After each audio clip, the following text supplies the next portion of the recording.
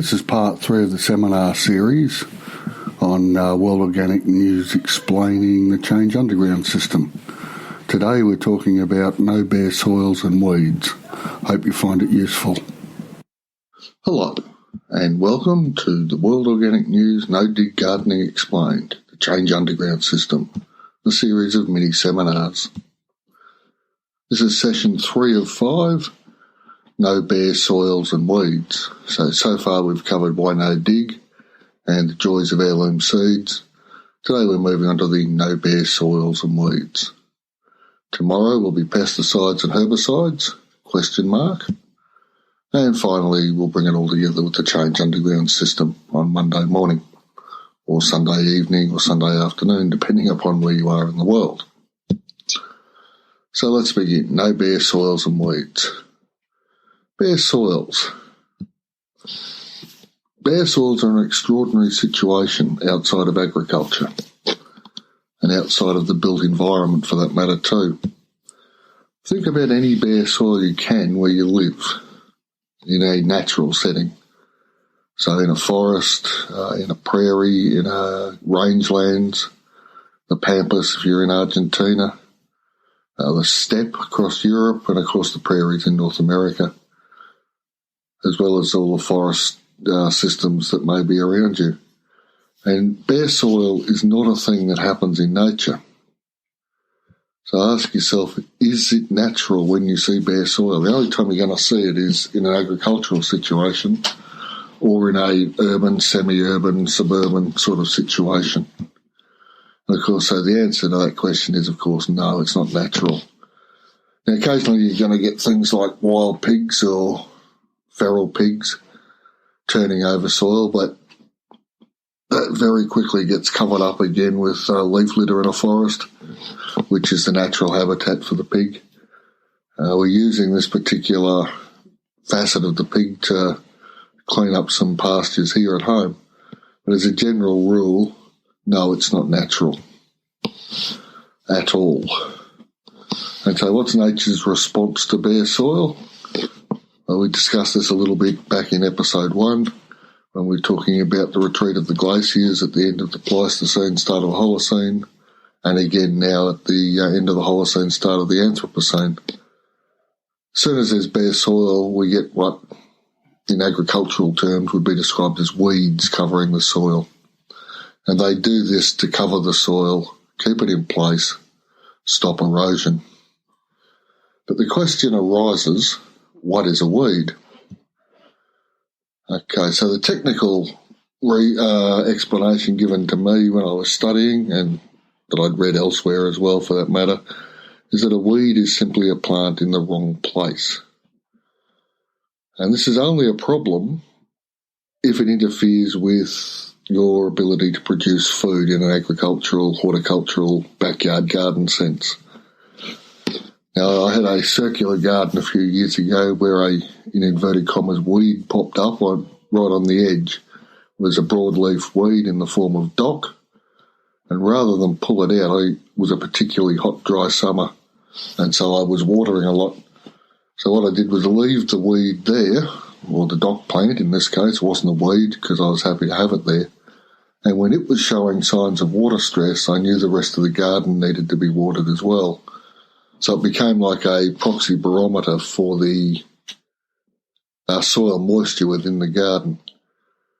But normally people don't like to see weeds. It's this strange obsession with neatness a lot of us have. And also in an agricultural setting, it can be very difficult for machinery. There's some argument that weeds rob the plants you're growing of nutrients and water, but I'm a little bit sceptical of that. There's a lot of things that are said as truth that I haven't actually found when I'm testing it. So I've grown peas where the ground they were growing out of became smothered in what others called weeds, and I just referred to as ground cover. And there was no reduction in production values or volume for that matter. So it can be a problem, but if we think about it as just a way of covering the soil, it ceases to be a problem. It's actually an asset.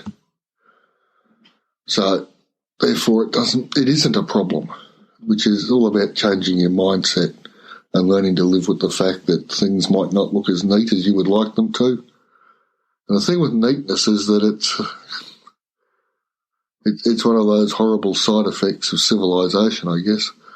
North-south grid and east-west grid streets and whatnot. It's worth remembering that the only straight lines in nature are basically on the edge of crystals. Everything else in the natural world is not straight. So what's to be done? We have these alleged weeds growing. Well, firstly, to avoid having any of these plants that we don't want growing in our space is no bare soil. So when we're building our no-dig beds, we cover them up with a mulch. Now, mulches can cover a multitude of things. I've got a few listed here. Straw or hay, wood chips, seaweed, and if you're shredded paper even, anything to cover the soil. Leaf litter is another good one. You can get hold of it, and if you're growing, say, acid-loving plants like potatoes, raspberries, strawberries, pine needles are really good too. Now, at the very last resort, if you've got nothing else on hand, I guess you can use plastic. A lot of people use the strips of plastic that go around silage bales. I have my doubts about plastic. There was a little bit of research a few years ago that shows that plastic under heat and water and whatnot gives off estrogen-mimicking compounds. Now, whether or not they actually react in the body like estrogen, as if they were estrogen, is something I'm not real sure of, and that sort of excess hormone, which is what it's mimicking, coming through the food system, either male or female, it's going to knock the female estrogen progesterone balance out, and in males it's going to knock down the testosterone count, and therefore the sperm count. So if you must use plastic, do it as an absolute last resort, because it's not really helpful. While I was in Ireland, they got rules about no bare soil and soil erosion under maize plantings. So the whole paddocks are covered in this plastic and then planted through. I'm not convinced that it was an improvement on having bare soil with the corn growing through it and having it mulched with, say, shredded stalks from the previous barley crop. Who knows? But the plastic's easy to mechanise, so that's why it's used there. So please don't use plastic unless it's an absolute last resort, because even then it's probably better than having bare soil, because you're not going to lose any soil to wind erosion or more particularly water erosion. So weeds are only a problem if we set up the situation for them to grow in. So that's what bare soil does. So no bare soil, just don't let it happen. Be absolutely fanatical about this. I cannot overemphasise it enough. Bare soil not only attracts weeds, but it leaks carbon dioxide because it kills off the life underneath, all the soil biology. And remember that weeds love bare soil. Mulch them to within an inch of their life, or to within about 6 or 8 inches, or mulch them to about 6 or 8 inches in depth. That's around about 15 to 20 centimetres in the new money. With whatever you have, try to avoid plastic. Now that's pretty much it for today. It's a fairly straightforward topic. Keep your soil covered. You reduce the amount of weeds you have to deal with by about 99%. So tomorrow we'll be going on to session 4 of 5, and it's all about herbicides and pesticides and why we should or shouldn't use them. I'm looking forward to that one because I've got a lot to say on it. Hopefully it won't be too ranty. So thanks for listening and watching, and we'll be back tomorrow. Thank you very much.